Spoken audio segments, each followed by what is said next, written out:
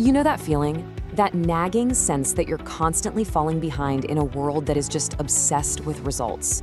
It's this weight, and it can be so hard to shake. Today, we're gonna dig into where that feeling really comes from, and more importantly, what on earth we can do about it. Right? Have you ever looked at someone else's life, their success, their talent, and just felt like you're a flawed version of them, like a cheap knockoff? It's a really painful thought, and it's right at the heart of what we're talking about. This feeling, it can start so early, and if we're not careful, man, it can totally derail us.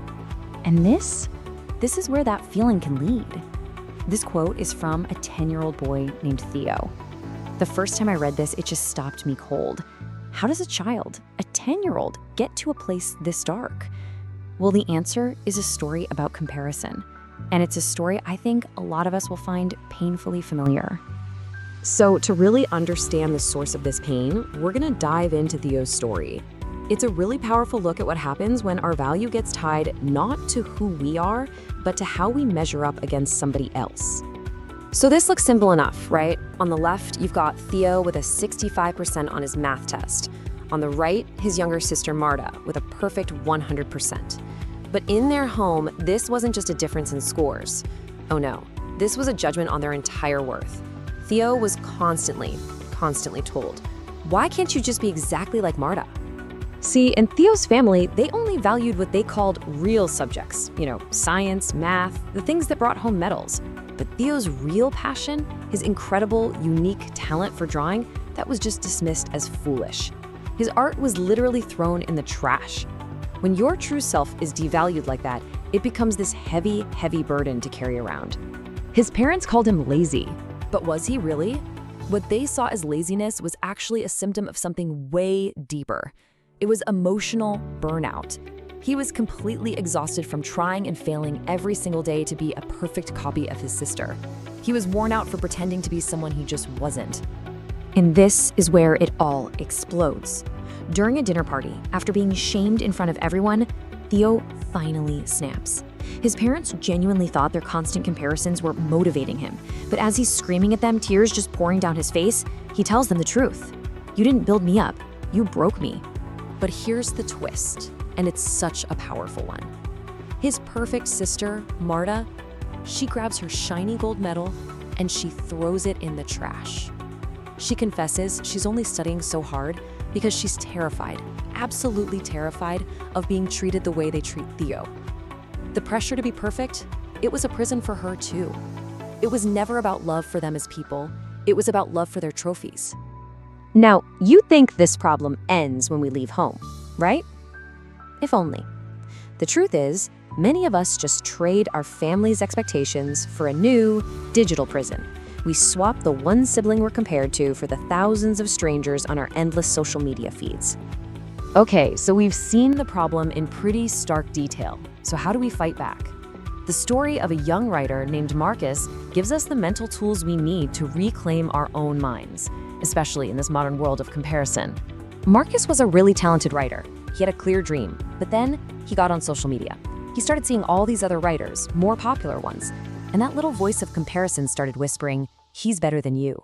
And that blank page, which used to be a place of freedom, it suddenly became this source of intense pressure.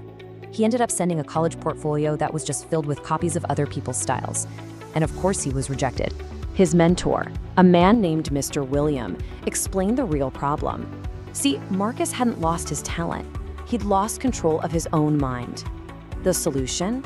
He called it the focused mind, the ability to just shut out all the noise and connect with your own original thoughts. And let me tell you, it's the most powerful tool you have. So, how do we actually build this? Well, Mr. William gave him 4 simple rules. 1, create before you consume. Before you open a single app, pick up your pen, your keyboard, whatever your tool is. Train your brain to be a producer first, a consumer second. 2, when your mind wanders off to comparison, and it will, just gently bring it back. Every time you do this, you're building mental muscle. 3, the only comparison that matters is with the person you were yesterday. And 4, protect that focus. It is everything. And this right here, this just nails it.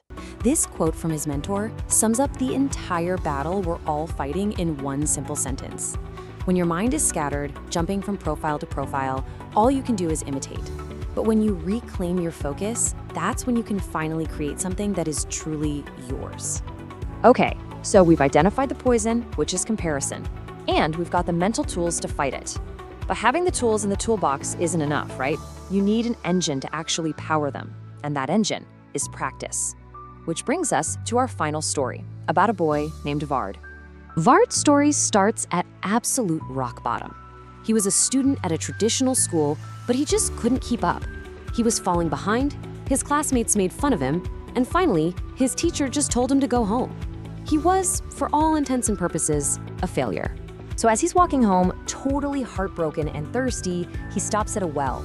And what he sees there changes his life forever. He just notices two simple things, a soft rope and the hard stone of the well. He sees these deep grooves carved right into the solid stone, and he's just baffled. He asks a woman there, "How is this possible?" And she explains it wasn't some huge force that did this. It was just the soft rope rubbing against that exact same spot, day after day, year after year. It was a power of gentle, relentless consistency. And in that single moment, bam, everything just clicked for Vard. This was his big aha moment. If something as soft as a rope could fundamentally change something as hard as stone, just through repeated effort, then why couldn't he change his own mind? Why couldn't he change his own abilities? So he turned around and he went back. He woke up earlier, he practiced relentlessly, he never gave up. Yeah, progress was slow, but he kept that image of the rope and the stone in his mind. And the lesson here is so important. Your effort is never wasted. It's accumulating like thousands of tiny scratches on that stone until one day it becomes a deep, undeniable mark. So let's bring these three stories together. Theo's story showed us the problem, Marcus's gave us the mental tools, and Vard's story gave us the engine. So what does this all mean for us, right here, right now? It means it's time to stop looking sideways and start owning our own path. So what have we learned? 3 big things. First, you are not a broken copy. Your unique way of seeing the world is your greatest strength. Second, talent alone is nothing.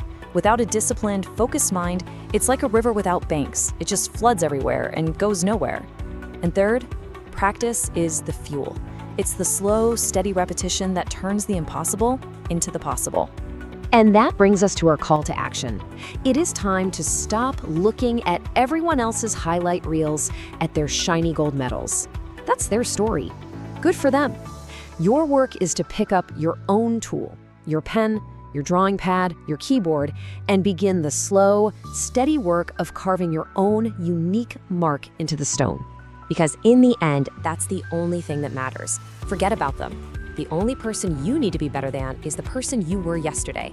So train your mind, own your focus. The work is hard for sure, but it's yours. Start now.